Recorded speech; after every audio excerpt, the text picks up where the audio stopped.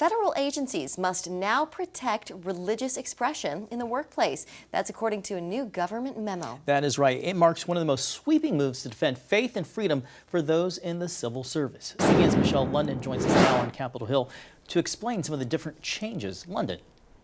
Well, John, Jenna, good evening to you. These new guidelines allow federal employees to pray and share their faith on the job. Here on Capitol Hill, it is common to see lawmakers meet weekly for chapel and prayer. Earlier today, senators had their weekly Bible study under Chaplain Barry Black. It was themed The Art of Being a Hero. Monday, Office of Personnel Management Director Scott Cooper sent out this memo, which included specifics like supervisors can now encourage workers to express their faith. It also states that religious discrimination in the federal workplace violates the law and, quote, threatens to impact recruitment and retention of highly qualified employees of faith. In outlining the policy, Cooper declares federal employees should never have to choose between their faith and their career. He added that this guidance, quote, ensures the federal workplace is not just compliant with the law, but welcomes Americans of all faiths. Some critics charge this sweeping order goes against parts of the Constitution, specifically when it comes to separation between church and state. But in response, the White House points to a memo with similar language issued under former President Bill Clinton.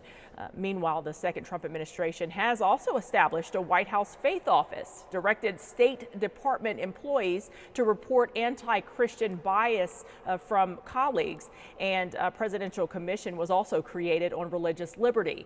Now, the personnel memo also outlines acceptable examples of religious expression in the workplace, which include having a Bible out on your desk, displaying a Star of David, plus forming a prayer group with employees during non-working hours. A worker can also invite another to worship at their church despite belonging to a different faith, but must stop if asked to do so. John, Jenna. Okay, Michelle, thank you very much. And for more, we are joined by Tony Perkins, president of the Family Research Council. Tony, welcome. Thank you. Good to be with you. And Tony, so I want to start by getting your initial reaction to the guidance that protects religious expression of civil servants, federal workers. Clearly, this is something that I would imagine you welcome. Well, it is, John, but it's in keeping. We need to understand this is in keeping with federal statutes and the Constitution. I mean, what we have in the Constitution is a prohibition against a religious test to hold public office or public trust. So that's always been in our Constitution. You cannot be forced to have a religion in order to hold a post. But what has happened in the last, 5 decades is that's been turned on its head, where if you test positive for religion, you're excluded from a public trust or a public position. So this is good news.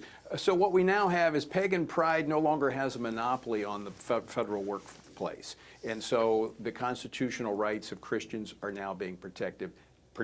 That is good news. Tony, Michelle listed some examples from the guidance, keeping a Bible on your desk or inviting a coworker to church. I was reading today even wearing a necklace, a cross necklace. These things, were they not protected beforehand, before this guidance?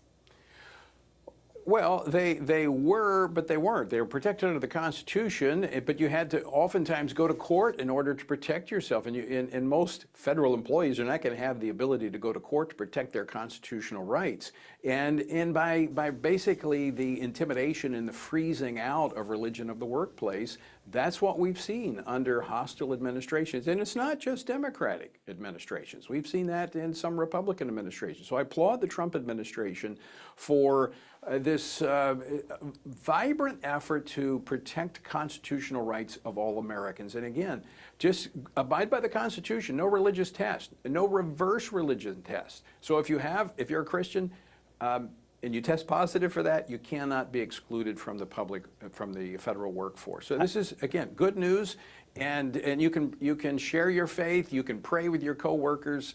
It's a positive thing. Tony, I actually recall the case of the court-martialed Marine. Her name was Monica Sterling, for not removing a Bible verse from her desk. It was Isaiah 54, no weapon formed against you shall prosper. I want to ask you about this guidance. Go ahead. No, well, I mean, that's a great example, John, because you could have a saying from, some great philosopher, but if you had a Bible verse, you had to take it down. So and it was on a computer screen, if I believe it was a screensaver. So, I mean, I think that's a great point. This way, all speech is protected. I want to ask you about the guidance that's being met with criticism, as Michelle reported, from advocates for the separation of church and state. Could it, Tony, in some ways create situations where employees feel like they can only advance or share their faith if they share their boss's religious views? I think there's less of a chance happening now than what we had previously, when we had the whole pride LGBTQ agenda being forced down the throats of federal employees, where if you didn't have a pride sticker on your desk, or that you didn't bow to the pride flag, that you were somehow stigmatized or even demoted in some cases. So I don't see that happening. I really don't. I think it'll be aggressively policed.